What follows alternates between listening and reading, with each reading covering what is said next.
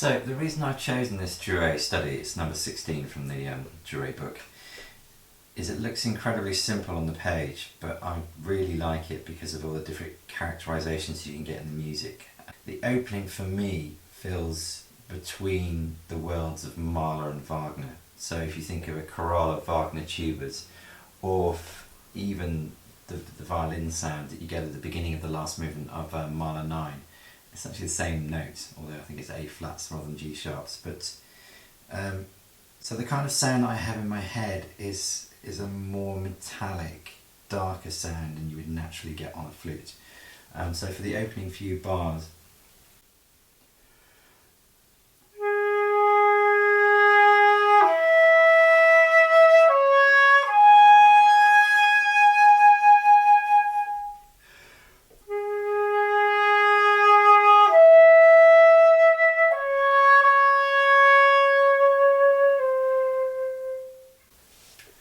as I said, if you think about that opening of the Mahler, that intensity of the intonation of the octave to check the tuning of the bottom G sharp and the top G sharp, but it's the connection of those notes and direction of the air that I'm really concentrating on.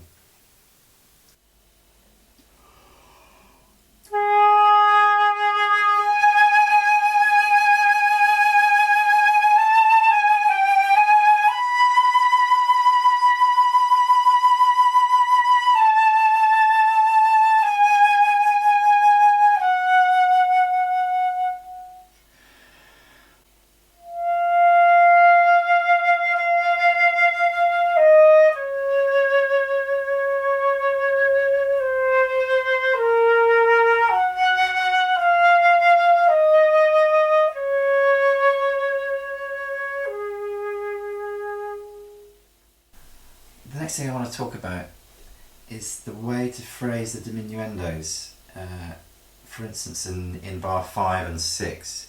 Now, there should be a release of energy in air, a soft release at the beginning of the sound with energy, but not an attack. It's not hitting the sound with an accent, but releasing the air in a way. One way to do that, and it's a type of articulation I use quite a lot, especially for playing super quietly at the top and for pinging notes out of the bottom of the flute, to direct the air, all of the air, into the right places, what I call forward tonguing or per-tonguing, where you physically put your tongue between the lips. Maybe I'll do a separate video on that.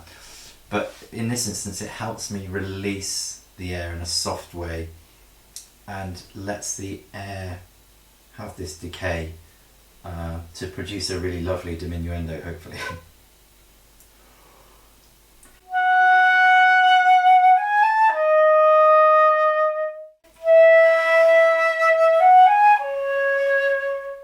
And this is especially the case at the end of the piece, in the last kind of 2 or 3 lines. The same thing, it should be a really heartfelt sigh, like somebody's pulling at the heartstrings. So.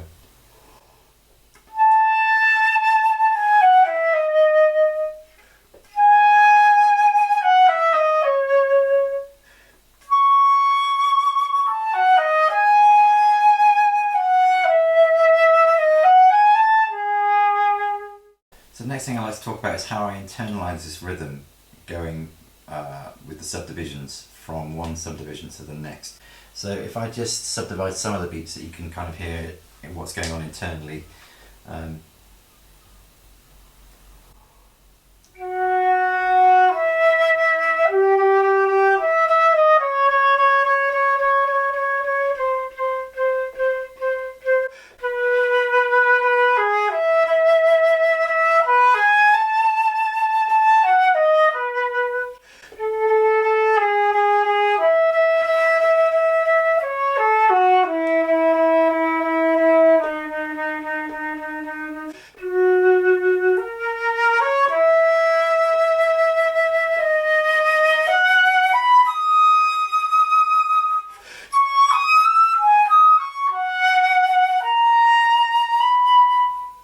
The hardest bar in this piece is bar 15, by the way, with the triplets.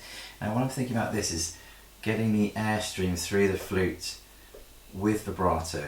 It's one of my bugbears that some players, myself included, sometimes rely on what the instrument wants you to do rather than what is musically written. So there's certain mannerisms that come out of certain types of playing. Regardless of what the rhythm is, if you want to play with vibrato, it should go through all the notes. There shouldn't be certain notes that are dead with no vibrato and then lots of vibrato on the next note. So for instance, in this bar, bar 15, that's the most tricky bar, is to have this singing vibrato, not massive amount of vibrato, but enough to shimmer that is constant through the bar. And it will help the legato and negotiate the intervals. They're tricky intervals, and so when you're doing intervals like this, for instance, the speed of the air at the end of the top E needs to be slower before you get to the G sharp, otherwise the G sharp's going to in danger of splitting up or it's going to bump. And the same thing at the end of the G sharp to get to the D sharp, the air speed needs to be faster and accelerated in between the notes, not on the D sharp, because it will bump as well. So it's this constant negotiation of how much air you're going to use for the interval and the speed of the air to make it as smooth as possible and not make it a feature in a bad way. So let's see if I can try and negotiate this from bar 13.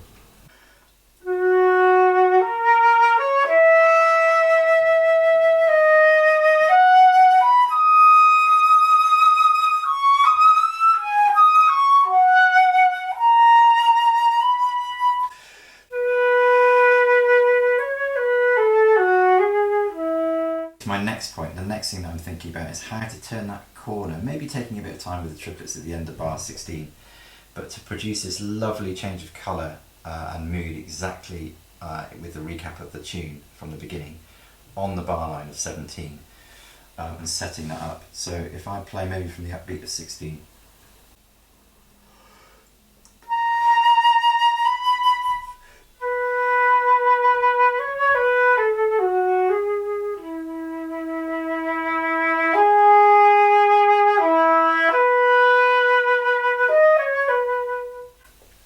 So what I'm thinking about doing with that reduction of the diminuendo and the change of colour is I often think about the old French way of doing this when they're doing a diminuendo. Sometimes people would lift the air away from the flute, and that's fine, but it changes the colour and you get a little bit of extra air in the sound.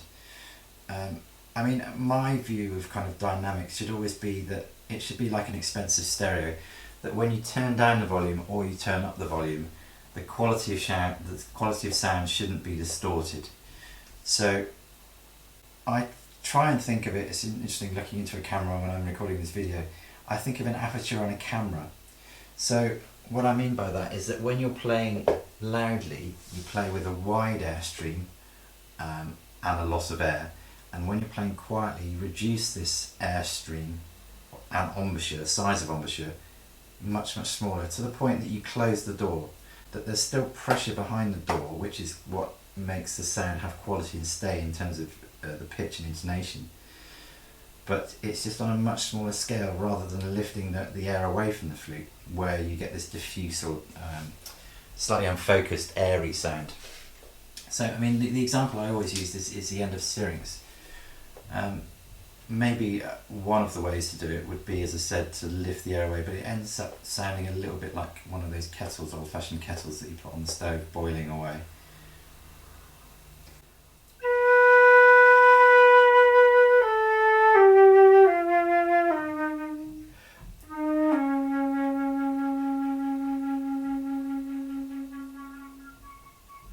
And you get that whistle, that can happen. Whereas the way I would like to do it is really think much more of dynamic range of maybe like a clarinet, where they don't have that extra air because of the resistance of the reed and blowing against the reed and just closing the door in the same way. So I'm thinking about making the hole much smaller, almost having, like I say when I'm teaching young kids, having an airstream of like spaghetti coming out of your mouth to the end of the room and controlling it that way. So the difference of the sound is you have a much more pure sound, and actually at the back of a hall it will project much further, and at the end of the note the audience is guessing whether the note is still going on, which is a fantastic effect to have.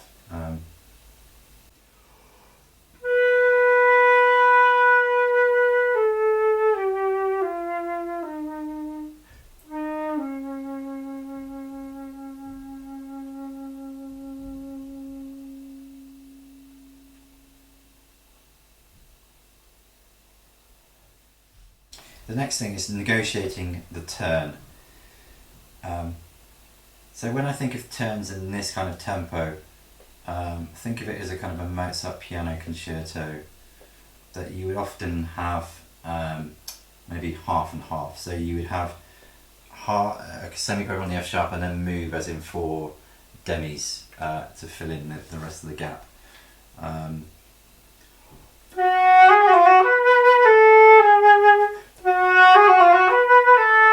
So that's the kind of pacing of that. So if we do a couple of beats before.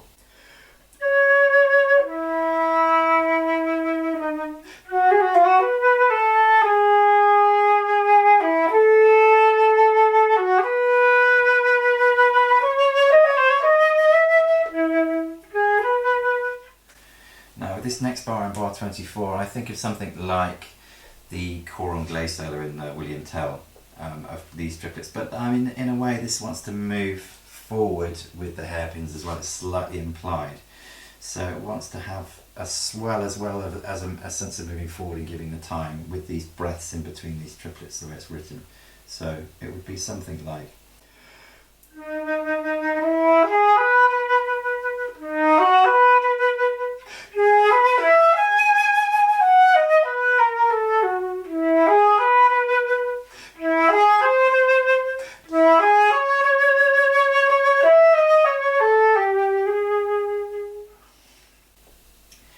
thing to consider in bar 28 over these next 2 bars with this what I call a hairpin, crescendo diminuendo, is to make your playing more 3-dimensional. You can do these kind of crescendo diminuendos with colour as well as dynamic, and it makes it more 3D, as I say, rather than 2D on a page. So as you get louder, you could maybe explore getting darker into the colour, and then as you get quieter, reducing that intensity of colour as well, and it just makes it a much bigger variation. The 2 bars that just spring to mind are the Foro Pavan of doing the trill at the end of the solo, the first solo, with the E sharp to F sharp trill.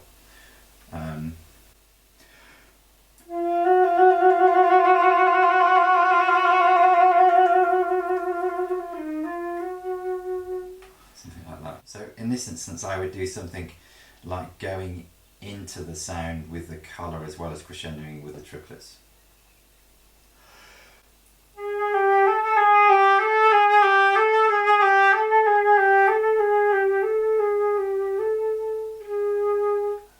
And the other thing to check with this way of doing it is that the intonation is exactly level. So all of those G sharps, regardless of how you're doing the colour or which dynamic you're playing at, should be exactly in the same place.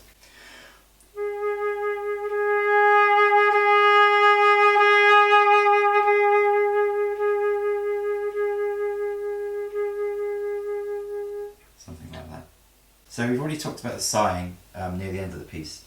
Then for me, this sighing, actually we'll play that again. The sighing thing from 33, this reminds me of a soprano aria at the end of an opera where the soprano, something tragic has happened and she's been stabbed in the chest or something, but she still has the energy and the ability to sing an amazing 5-minute beautiful aria.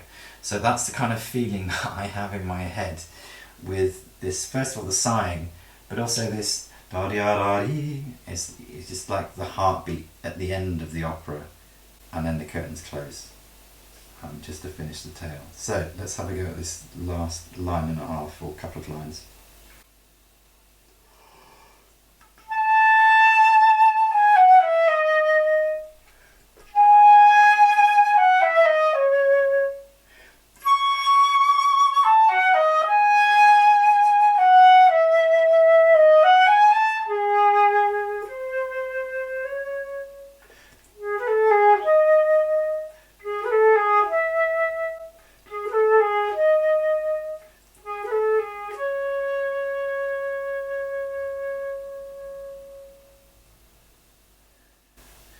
Now the things to think about with that figure at the end is obviously tuning wise, you want to keep the pitch up, and I always think of trying to play sharp. I mean, it's very difficult to play sharp in that register and dynamic. You'll never play sharp, you'll just be playing in tune. There's other things you can do. I use lots of fake fingerings sometimes when I'm playing in the orchestra, but often I'll use them as a way of creating a colour or thinking about a pitch in my head that I'm aiming for with the real fingering. So in this instance, you could maybe experiment it with the D sharps. You could just slightly touch the second trill key with your fourth ring finger and just slide over, not opening it completely, but it will just give it an extra brightness that will make the sound a bit too fake.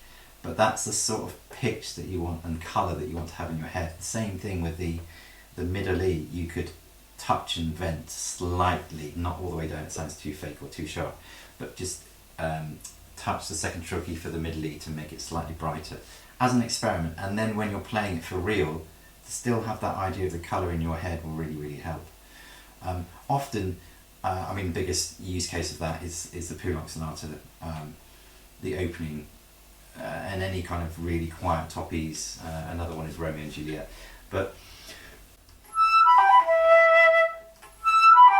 I mean, often I'll just have my finger hovering over the key, and that will be enough psychologically without having to employ it.